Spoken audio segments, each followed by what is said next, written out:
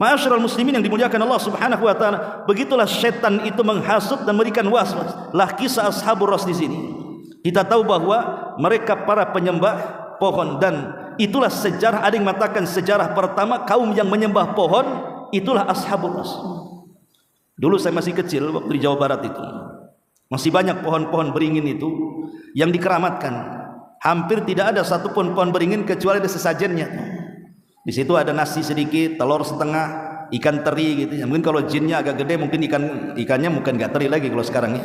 Tapi yang jelas bahwa masih ada tuh. Sampai ada film dulu kan, ada pohon, tiba-tiba ada suara minta makan. Kemudian dikasih makan, setelah orangnya pergi, keluar orang gila. Subhanallah kan. Kan ada itu film wali itu apa gitu ya, zaman bahula ya. Tapi yang jelas bahwa kisah Ashabur Rass ini memberikan faedah yang besar kepada kita. Satu, bahwa akibat orang-orang yang mendustakan para nabi, maka Allah Subhanahu wa taala akan kirim azab kepada mereka. Yang kedua, pentingnya takut dengan azab Allah dan tidak merasa aman dari makarnya. Dan yang ketiga, bahwa iman kepada Allah, tauhid, harus tetap dipertahankan.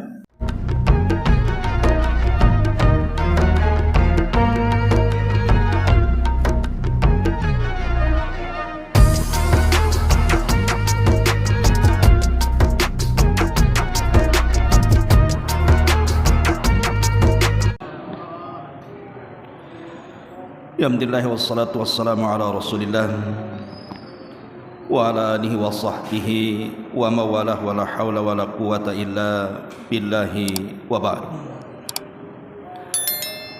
Alhamdulillah, di malam hari ini kembali kita bisa duduk untuk bertalabul ilmi,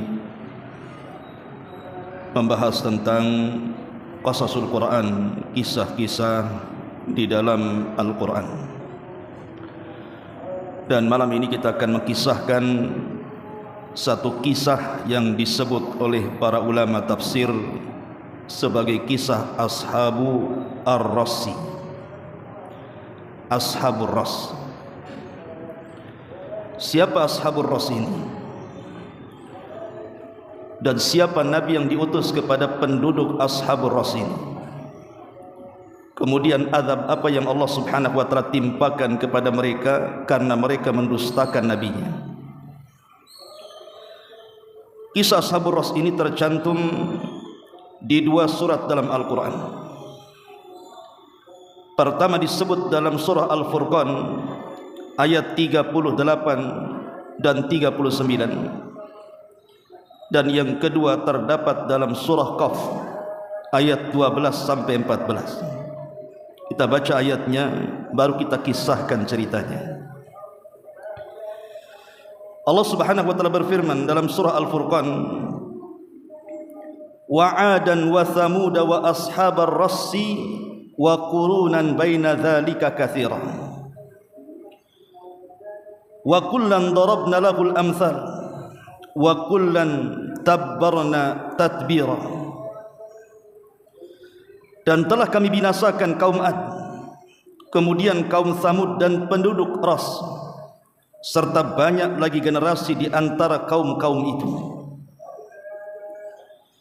Kemudian Allah Subhanahu wa taala menyebutkan dalam surah Qaf-nya, kadzabat qablahum qaum nuhin wa ashabur rass wa thamud wa 'adun wa fir'aun wa ikhwanu lut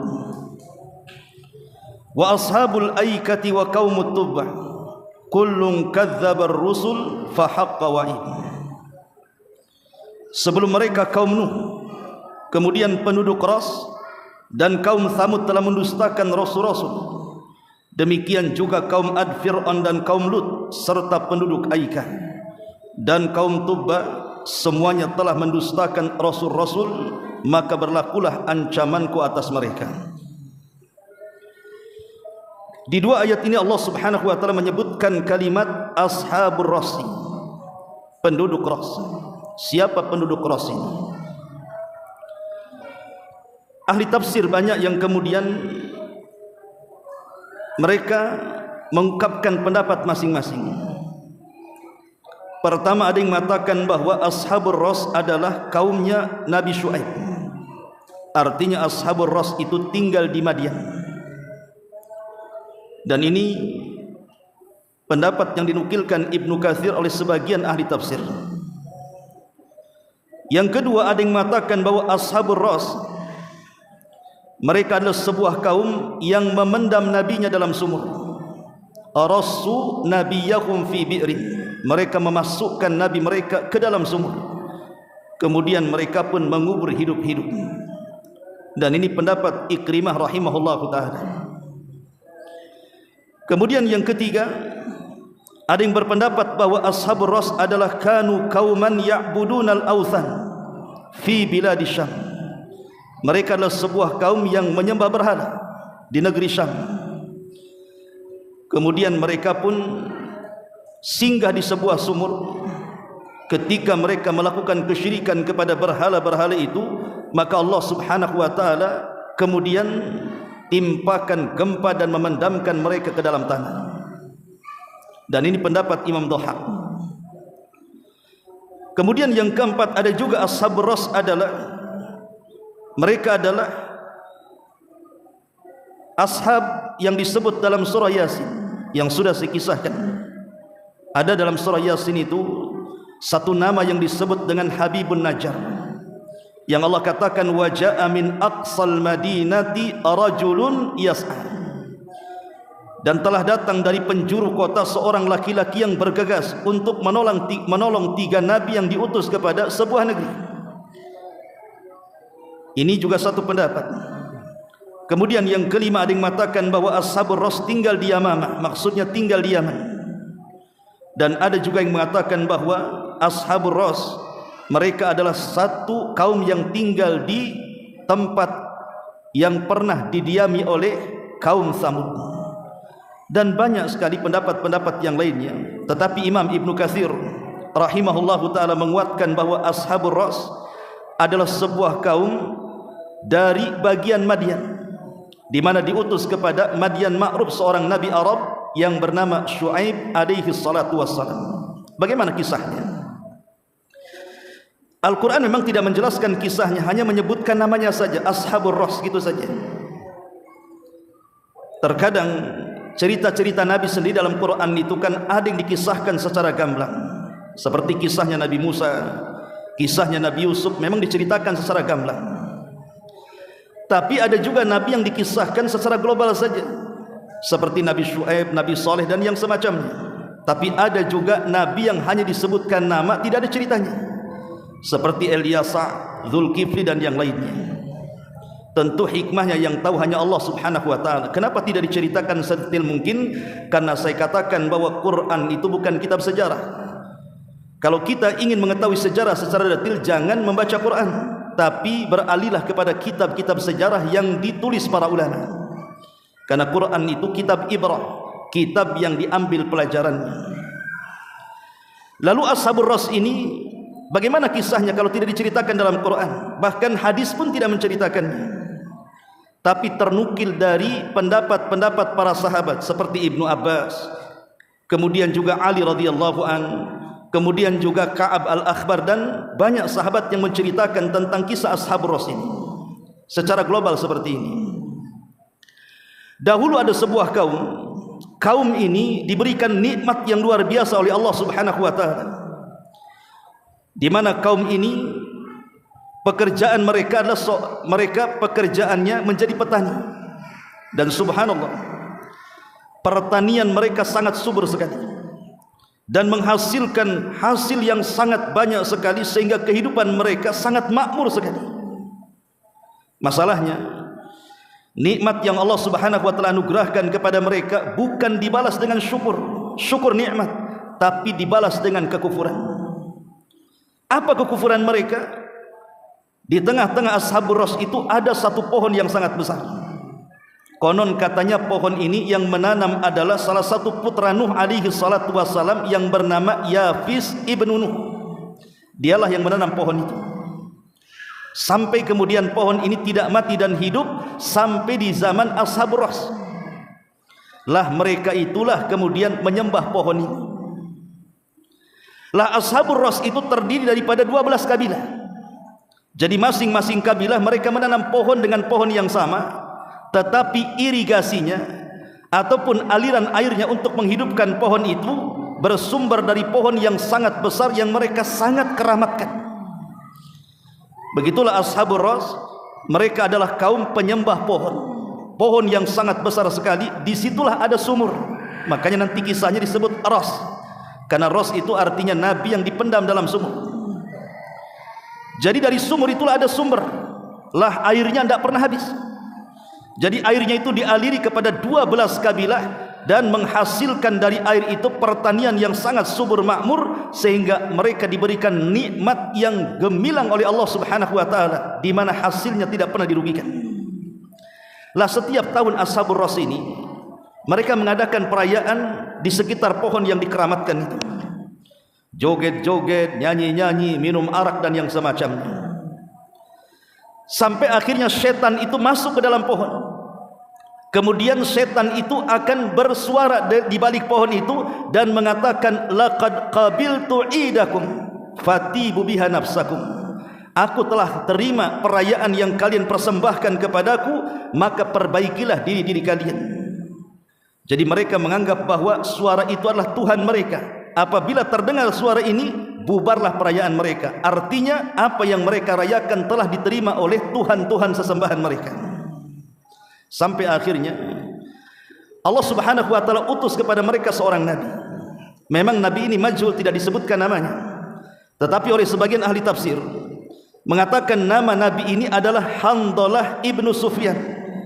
Handalah ibnu Sufyan, satu nabi di antara nabi-nabi Bani Israel, diutus kepada Ashabur Ras. Dan sebagaimana tradisi para nabi, apabila diutus kepada sebuah kaum, maka tugas mereka adalah mengajak manusia untuk mentauhidkan Allah Subhanahu wa taala.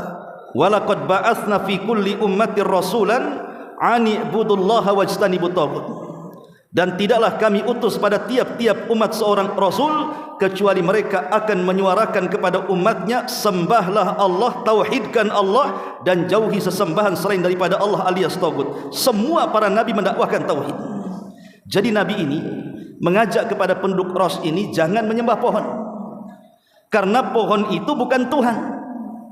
Tetapi Ashabur Ras, kebiasaan umat-umat terdahulu, mereka pun mendustakan nabi yang diutus kepada mereka. Sehari, 2 hari, seminggu, 2 minggu, sebulan, 2 bulan, setahun, 2 tahun, tidak ada satupun Ashabur Ras yang beriman kepada Nabi Handalah ini.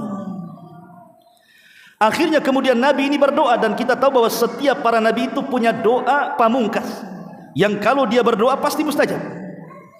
Sebagaimana Nabi SAW mengatakan, setiap Nabi itu punya doa, dan doa mereka sudah dipanjatkan di dunia kecuali diriku, karena aku simpan doaku, kata Rasul, untuk syafaatku pada umatku kelak pada hari kiamat. Lah Nabi Handalah ini berdoa kepada Allah agar Allah mematikan pohon itu. Setelah kemudian Nabi ini berdoa, doa seorang Nabi mustajab. Akhirnya pohon yang sangat besar tiba-tiba mati, lunglai, kering. Akhirnya kemudian aliran airnya pun tiba-tiba tidak ada air lagi yang bisa mengaliri untuk ekonomi mereka, pertanian mereka. Dari situlah kemudian Ashabur Ras marah kepada Nabi tadi, menganggap bahwa Nabi itu adalah tukang sihir yang sudah menyihir pohon keramat mereka sehingga mati. Bayangkan, Tuhan kok bisa mati, Tuhan kok bisa lunglai, bisa layu, ini gimana ceritanya?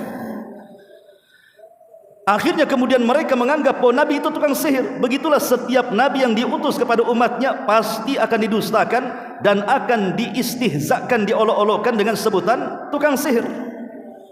Seperti Nabi SAW juga, kurang lebih saja dikatakan penyihir, dikatakan penenung, dikatakan tukang peramal, perangkai syair dan macam-macam. Setiap para nabi itu akan ada tuduhan-tuduhan seperti itu. Tapi ada juga sebagian Ashabur Ras tidak menganggap bahwa nabi itu tukang sihir. Bahkan mereka mengatakan bahwa kedatangan nabi kepada mereka itu membuat pohon itu murka. Saking marahnya pohon itu mati, katanya. Mereka mengatakan seperti itu. Jadi kedatangan Nabi itu dianggap sial. Ma'asyiral muslimin yang dimuliakan Allah Subhanahu wa taala, akhirnya penduduk Ras ini marah. Karena marahnya mereka, ditangkaplah Nabi ini, kemudian dimasukkan dalam sumur yang terdapat di bawah pohon besar itu. Makanya kemudian kisahnya saya katakan, ashabu arasi, orang-orang yang memendam dalam sumur seorang nabi. Dimasukkan nabi itu ke dalam sumur itu. Kemudian setelah dimasukkan ke dalam sumur, ditutup oleh batu besar sumur itu. Setiap nabi ini menangis karena melihat perlakuan kaumnya kepada dirinya, maka tangisan itu akan terdengar sampai keluar. Apabila ashabur ras mendengar tangisan nabi itu, mereka bahagia. Mereka kemudian tertawa-tawa, senang hati, karena mereka sudah memendam tukang sihir yang sudah menyihir sesembahan mereka. Sampai pada waktunya tangisan nabi itu sudah tidak terdengar lagi. Apa yang terjadi? Disinilah azab Allah subhanahu wa ta'ala turun kepada mereka. Apa azab yang diturunkan kepada ashabur ras? Menurut pendapat Ali radhiyallahu anhu, ketika mereka sedang berkumpul berpesta pora karena senang dengan kematian nabi tersebut, tiba-tiba kemudian di langit terdapat awan sauda, awan yang sangat hitam pekat sekali. Mereka pun mulai khawatir. Bukan hanya itu saja, tiba-tiba kemudian dari dasar bumi muncul larva, muncul api. Kemudian dari atas langit tiba-tiba muncul bola-bola api menyerang mereka. Sampai akhirnya tidak ada satupun penduduk Ras kecuali dibinasakan oleh Allah subhanahu wa ta'ala dengan bola-bola api yang entah dari mana datangnya. Akhirnya mereka pun terbakar bersama kabilah-kabilahnya. Ini satu pendapat, kata Ali radhiyallahu anhu. Tapi pendapat yang lain enggak seperti itu. Jadi nabi ini, Nabi Handalah ini berdakwah bertahun-tahun kepada ashabur ras itu, tidak ada satupun pengikut kecuali satu. Abdul Aswad namanya, budak yang sangat hitam sekali. Itulah satu-satunya pengikut Nabi Handalah. Dan seluruh ashabur ras dua kabilah tidak ada satupun yang mengikuti dakwah Nabi Handalah ini. Jadi begitulah para nabi, persis seperti yang dikatakan oleh Nabi SAW dalam hadis yang panjang ketika menceritakan tentang 70.000 orang yang masuk surga tanpa hisab dan azab kan. Ada nabi itu yang dilihat Rasul memiliki banyak umat seperti Nabi Musa. Tapi ada juga nabi yang hanya pengikutnya 1, 2, 3 kan begitu. Apakah kita katakan nabi yang pengikutnya 1, 2, 3 itu gagal? Tidak, justru berhasil. Karena keberhasilan dakwah itu bukan ditinjau dari pengikut, tapi berhasilnya menyampaikan kebenaran. Kalau kita sudah menyampaikan kebenaran, artinya kita berhasil dalam dakwah. Ma'asyiral muslimin yang dimuliakan Allah azza wa jalla, hamba yang berkulit hitam pekat ini, ketika dia mendengar bahwa nabinya dipendam dalam sumur itu, dia tahu bahwa nabi itu tidak makan dan minum. Akhirnya dia pun lari ke hutan, kemudian mencari kayu bakar, kemudian dijual ke pasar, kemudian hasilnya diberikan makanan, kemudian makanan itu dimasukkan ke dalam sumur lewat tali itu supaya nabi itu makan. Setiap hari seperti itu dilakukan oleh budak hitam ini supaya nabi itu jangan mati. Sampai pada waktunya ketika budak hitam ini masuk ke dalam hutan mencari kayu bakar, tiba-tiba dia ngantuk, kemudian tidur, dan Allah tidurkan selama 14 tahun. Jadi kalau dia berguling ke arah kanan, Allah tidurkan 7 tahun. Kalau kemudian berguling ke arah kiri, Allah tidurkan 7 tahun. Berarti dia ditidurkan 14 tahun. Sama dengan kisah Ashabul Kahfi itu, ditidurkan 3 abad lebih. Sama dengan Nabi Uzair, ditidurkan 1 abad, yang disebutkan dalam surah Al-Baqarah, au marra ala qaryatin, yang sudah kita jelaskan. Lah itu kuasa Allah subhanahu wa ta'ala. Ketika dia bangun, dia kaget. Langsung dia mencari kayu bakar. Disangkanya dia baru tidur tuh, padahal sudah 14 tahun tuh tidurnya tuh. Dia cari kayu bakar, dia jual kayunya, kemudian dia membeli makanan. Ketika dia hendak mengantar makanan itu, dia lupa di mana sumurnya. Karena sudah 14 tahun kan, lokasinya pun di mana tidak tahu.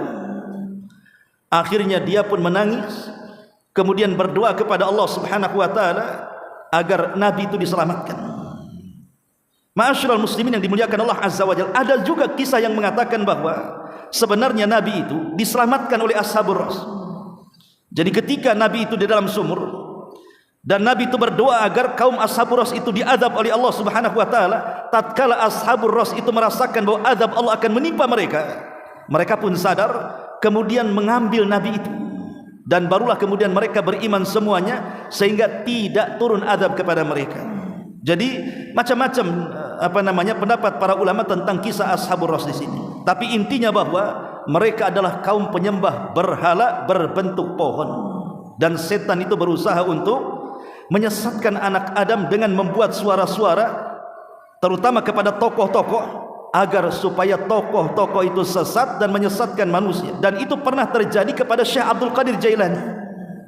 Kita kan sering mendengar nama Syekh Abdul Qadir Jailani, disebutkan di dalam Majmu'ul Fatawa oleh Syekhul Islam Ibnu Taimiyah rahimahullahu taala. Jadi saat Syekh Abdul Qadir Jailani ini sedang fokus beribadah, jadi dia sedang safar, kemudian dia tersesat di gurun pasir, akhirnya dia pun kemudian salat tahajud. Ketika sedang khusyuk-khusyuknya salat tahajud Syekh Abdul Qadir Jailani, tiba-tiba dia melihat di atas langit itu ada istana yang sangat besar dan ada cahaya yang sangat terang sekali. Tiba-tiba di balik cahaya itu ada suara, dan suara ini mengatakan, "Ana rabbuka ya Abdul Qadir," katanya, "Saya adalah Tuhanmu wahai Abdul Qadir Jailani. Wa qad halaltu laka ma haramtu ala ghairika." Sungguh aku telah menghalalkan kepadamu sesuatu yang aku haramkan kepada selainmu. Kalau bagi orang lain zina itu haram, bagimu halal. Kalau minum khamar bagi yang lain haram, bagi kamu halal. Kalau judi bagi yang lain itu haram, bagi kamu halal. Subhanallah. Syekh Abdul Qadir Jailani, mungkin kalau suara itu datang kepada antum, mungkin antum langsung aku jadi wali itu biasanya. Itu kalau suaranya kedengaran sama kita. Antum namanya datang ke hutan Jabal Uhud sana, tiba-tiba ada suara, "Saya Rob kamu, aku sudah menghalalkan kepadamu yang diharamkan kepada yang lainnya." Boleh jadi antum sembunyi setahun tak pulang kampung, tiba-tiba pulang kampung ngaku jadi wali itu, karena dapat wangsit kan itu. Tapi kan Syekh Abdul Qadir Jailani kan berbeda. Apa Syekh Abdul Qadir Jailani mengatakan? "Fakultu," aku katakan, "A antallah alladzi la ilaha illa. Apakah engkau adalah Tuhan yang tidak ada sembahan yang berhak disembah kecuali Dia saja?" Tiba-tiba suara itu mengatakan, "Ya, ana rabbuk, saya Rabbu." Maka Syekh Abdul Qadir mengatakan, "Ihsa ya aduwallah, anyah kau wahai musuh Allah, engkau bukan Tuhanku, engkau adalah iblis wa syaitan." Tiba-tiba ketika Syekh Abdul Qadir Jailani mengatakan seperti itu, langsung istana besar yang di langit hilang, cahayanya hilang menjadi gelap. Kemudian tiba-tiba suara ini mengatakan kepada Syekh Abdul Qadir, "Ya Abdul Qadir, najauta minni bifiqhika fi dinika wa ilmika."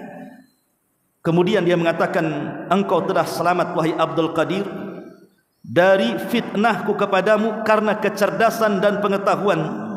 Laqad fattantu bihadhil qissati sab'ina rajulan."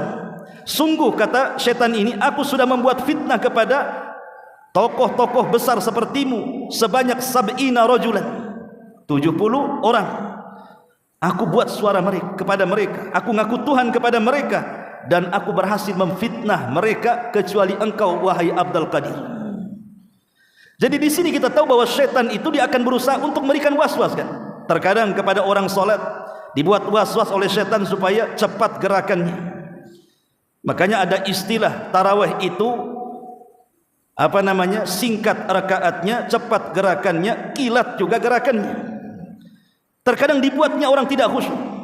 Seperti yang ma'ruf ya, yang di YouTube itu yang 10 menit ke 70 menit yang bisa menyelesaikan 23 rakaat. Kedengarannya cuma 3 suara, dhalin, amin sama salam saja. Ya. Yang lainnya enggak jelas tuh. Itu yang paling jelas tuh, dhalin, amin, assalamualaikum. Itu yang paling jelas tuh. Yang lainnya enggak jelas tuh ngomong apa dia. Bayangkan 10 menit kan, itu harusnya dapat penghargaan muri itu. Karena tarawih tercepat kan enggak ada di dunia kecuali ada di Jawa tuh. Ya. Ma'asyiral muslimin yang dimuliakan Allah Subhanahu wa taala, begitulah setan itu menghasut dan memberikan was-was. Lah kisah Ashabur Ras di sini. Kita tahu bahwa mereka para penyembah pohon, dan itulah sejarah, ada yang mengatakan sejarah pertama kaum yang menyembah pohon itulah Ashabur Ras. Dulu saya masih kecil waktu di Jawa Barat itu, masih banyak pohon-pohon beringin itu yang dikeramatkan. Hampir tidak ada satupun pohon beringin kecuali ada sesajennya. Di situ ada nasi sedikit, telur setengah, ikan teri gitu ya. Mungkin kalau jinnya agak gede mungkin ikannya mungkin enggak teri lagi kalau sekarang ya. Tapi yang jelas bahwa masih ada tuh. Sampai ada film dulu kan, ada pohon, tiba-tiba ada suara minta makan. kemudian dikasih makan, setelah orangnya pergi keluar orang gila. Subhanallah kan. Kan ada itu film wali itu apa gitu ya. Zaman baheula ya. Tapi yang jelas bahwa kisah Ashabur Rass ini memberikan faedah yang besar kepada kita. Satu, bahwa akibat orang-orang yang mendustakan para nabi, maka Allah Subhanahu wa taala akan kirim azab kepada mereka. Yang kedua, pentingnya takut dengan azab Allah dan tidak merasa aman dari makarnya. Dan yang ketiga, bahwa iman kepada Allah, tauhid, harus tetap dipertahankan. Itulah yang kita bisa petik dari kisah Ashabur Rass. Subhanakallah bihamdika asyhadu an la ilaha illa anta astaghfiruka wa atubu ilaik. Allahu taala alam. Assalamualaikum warahmatullahi wabarakatuh.